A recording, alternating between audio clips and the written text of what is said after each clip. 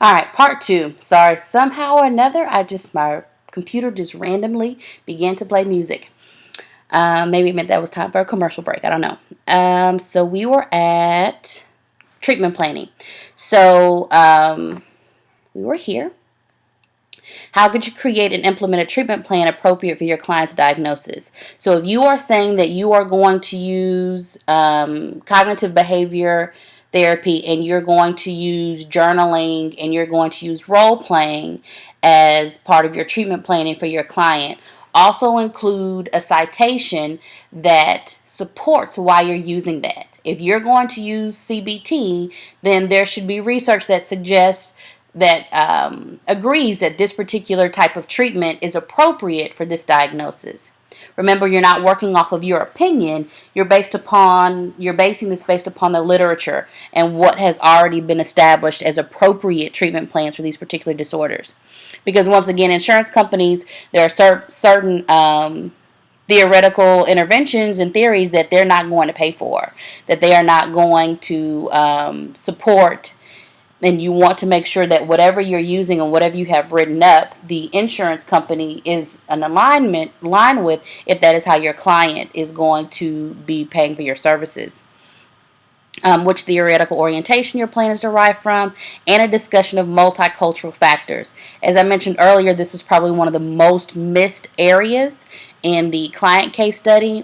There was not a specific identification of multicultural factors related to the diagnosis and related to the treatment. Your paper should be written according to APA guidelines, including a title page, a reference page, and headings. So part of your reference page, you have to have the DSM. There's no way for you to do a case study where you are diagnosing someone and you are not using the DSM. So you definitely should have the DSM. You should also you can use your textbook, you can use peer-reviewed articles, you can use websites that specifically address the disorder or the treatment planning that you're looking for. Like I said, avoid psych therapy, avoid good therapy, avoid ones that are written by random counselors, even though they may be working in that field. Those types of websites aren't always fact checked. You want to make sure that you have your headings in there. Some good ways to help divide your paper is look at these bullets that we have listed here. You also want to make sure that you are using the rubric. The rubric is going to once again help make sure you have all of the items that I'm looking for, because when I'm grading your paper, I'm grading directly from that rubric, and we'll take a look at that in a second. The body of your paper should be a minimum of 3 full pages and no more than 5. You do not need to include an abstract for this assignment, but it needs to be 3 full pages, no more than 5.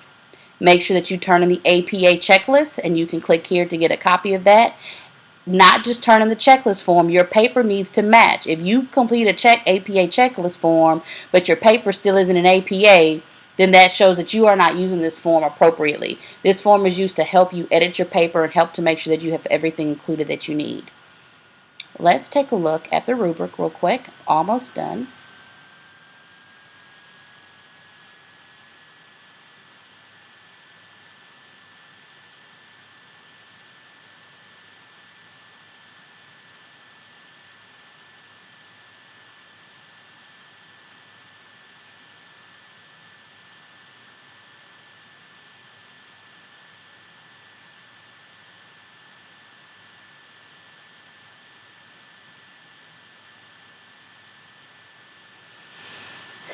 Okay, very small, but you'll be able to take yours and print it out. My suggestion is that you print this out and you go in and you make sure that you have each one of the components that are on here.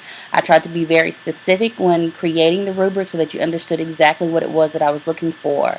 So you want to make sure that you explain the client's behaviors, symptoms, and duration. So if this has been a year, if you have a specific time, you may not know if it's been a year. You can say it's been longer than so many months. Some of you and some of your movies will say, and you'll hear it as you go along, some of them it may be more implied. You want to explain how those symptoms and behaviors and duration meets the DSM-5 criteria for the diagnosis. You want to completely address the background of the client and explain cultural dynamics and specify that. So if you want to have a section that says culture dynamics, that's fine. If you just want to include in a sentence culture dynamics, the cultural identity of this client include that they are a young child, age 6 years old, they're living in a single family household raised by only their mother, or if it's whatever it is, those things that help to define and identify that client's cultural identity.